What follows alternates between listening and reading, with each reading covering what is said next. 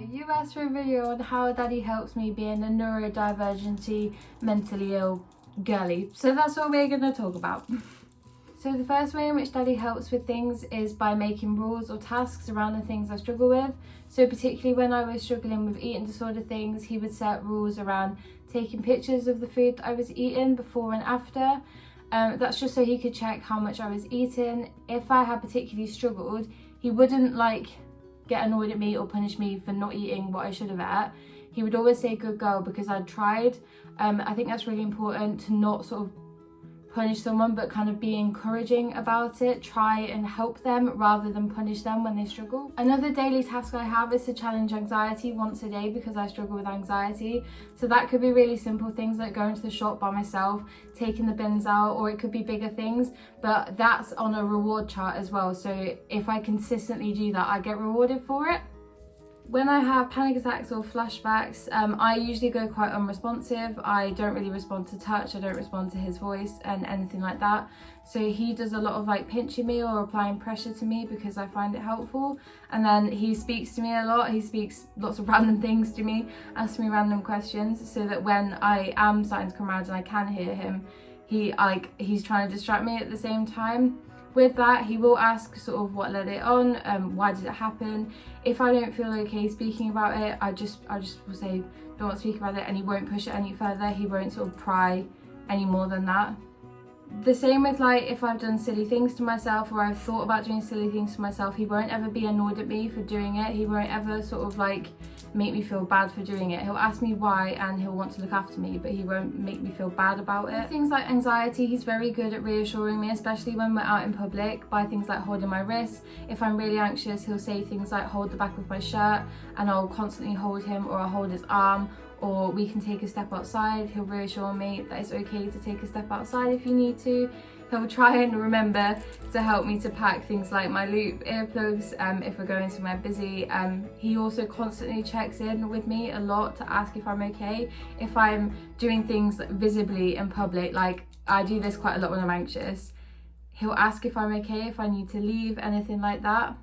Just going back to eating disorder things, he always, regardless of where we are, who we're with, will always say good girl to me after I finish eating something, whether that's public, with friends, with family, it doesn't matter. He will always say it subtly because he knows that sometimes it's hard, and it might not have been a particularly hard meal, it might not be particularly difficult, but it's so nice to constantly hear that reassurance, and now he just does it for everything.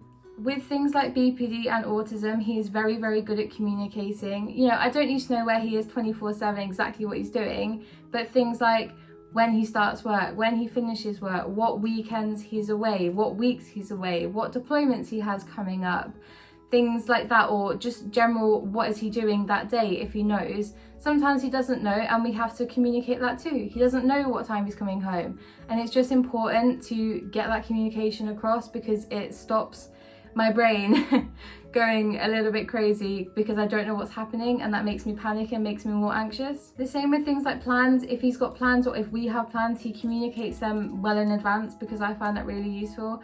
I am the planner out of the both of us. I plan things because I like planning things, I like being organised, I like knowing what's happening. So I am generally the one that plans the things. He constantly validates my feelings and reassures me that it's okay if I need 2 seconds away. It's okay if I've got upset and overwhelmed because right now we're moving into a new house, everything's busy, we're working, everything's been quite overwhelming. And it's okay if you get upset about it. It's all good and exciting, but it's really overwhelming, and that's okay.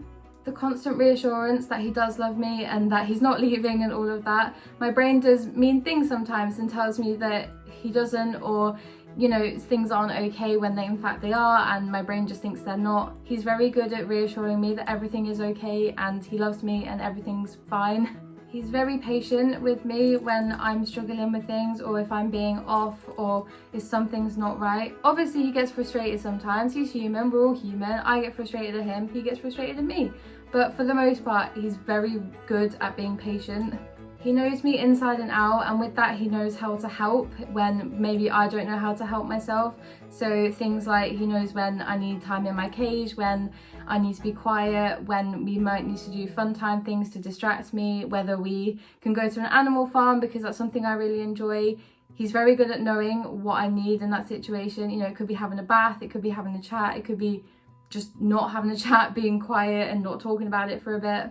I think a lot of it just comes with how well you know your personal people, how well you know their struggles, you know their triggers, you know what helps them, you know their coping mechanisms, because he knows me literally inside and out. He knows me a lot better than I know myself sometimes, and that just comes with learning your person and learning what helps them and what supports them. Hopefully the next thing you see is Daddy talking about how he helps me and how he sort of deals with me being a neurodivergent, mentally ill girly. Hello, I'm me, and this is how I help my neurodivergent person through neurodivergent things. In my own words. I only found out Pineapple was autistic, was it 7-8 months ago? Before her telling me that she was actually diagnosed ages ago. She was just sort of embarrassed and ashamed to tell me, which was really hurtful to hear because she thought I would judge her. Yeah, so I started off.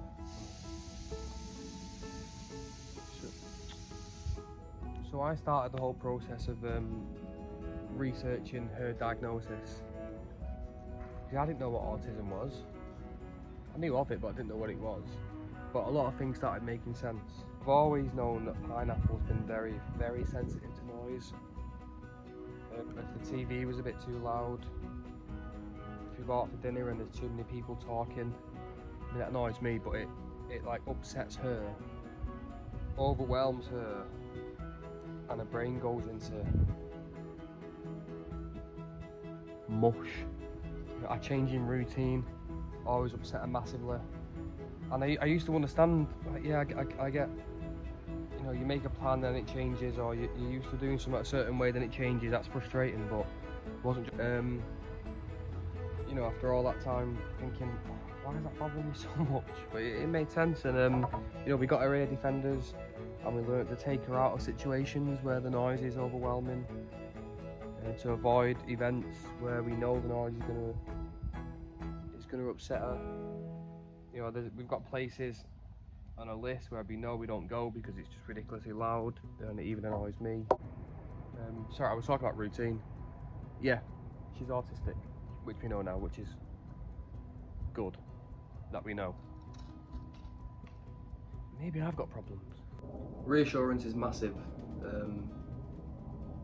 Basically, any opportunity to tell her she's been a good girl or that she's done something to make you proud always melts my heart anyway. But Pineapple constantly doubts herself and tells herself that she's wrong, or someone doesn't like her, she feels like no one likes her. It's all this heartbreaking stuff that her brain tells her, which she knows isn't true, and I know isn't true. So all it takes is a little bit of reassurance, a couple thousand times a day. She's not wrong, she's right, she is a good girl. She's always been a good girl, and I love her. And I do know more than her brain does sometimes. Panic attacks are a thing, and they're not the funnest to watch. I think panic attacks are quite cruel. So are anxiety attacks, but panic attacks scare me.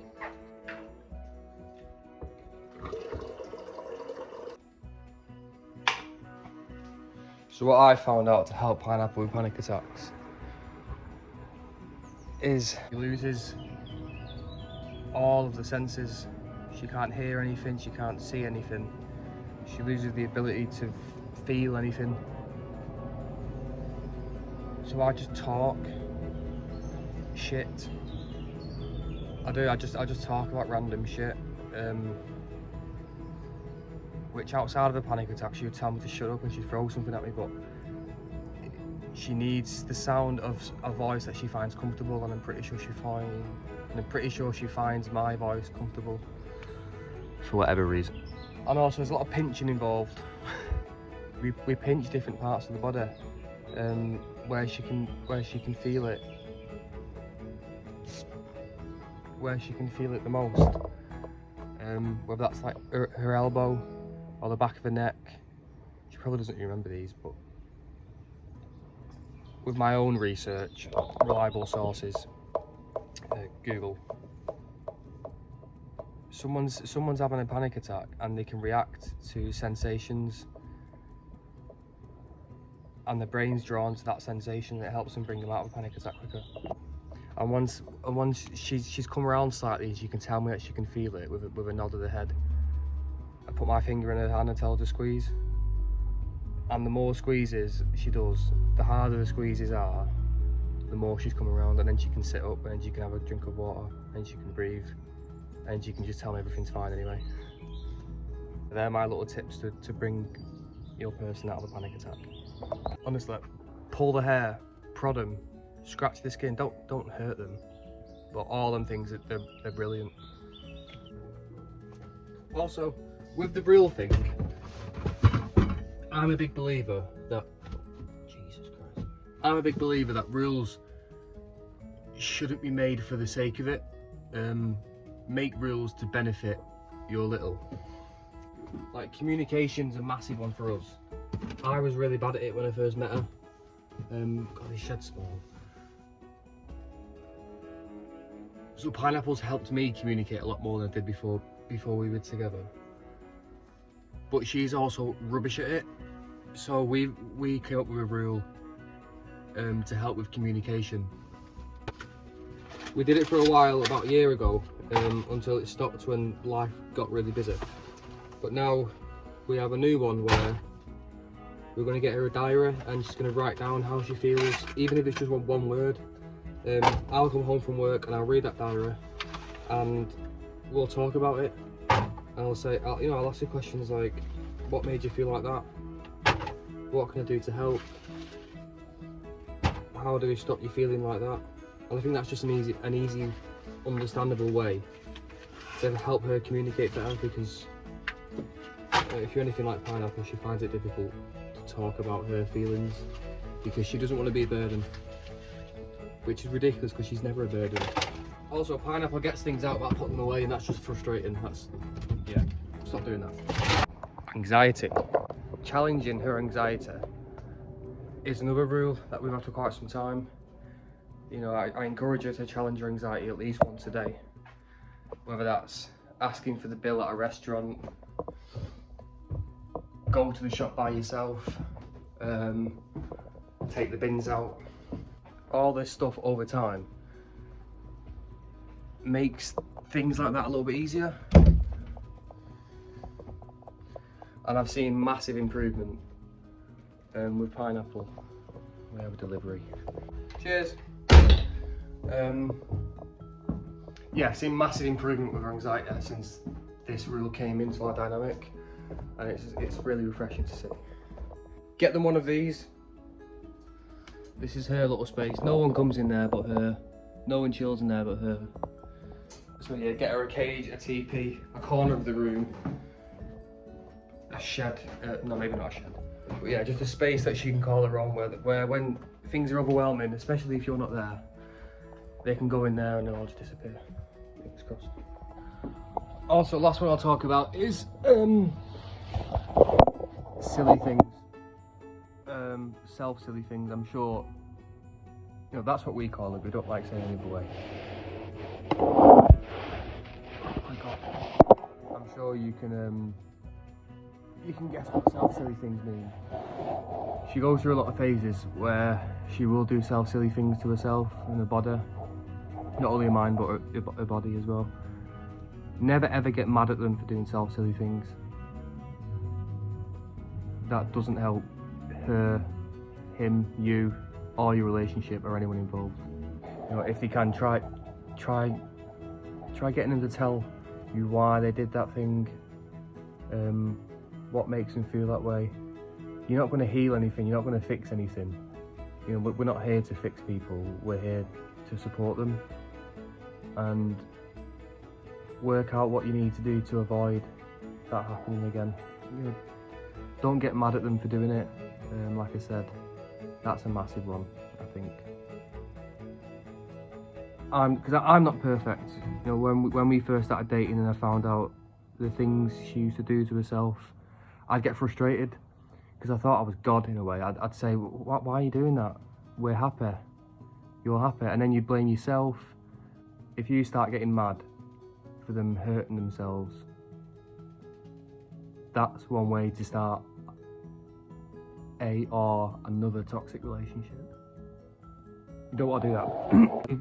I'm pretty sure this video was all over the place. If it didn't make sense, just let us know and I'll apologise. But if there's anything that I missed, because I'm here, there and everywhere. Speaking of routine, I'm crap at it myself. We'll make a part 2 if needed.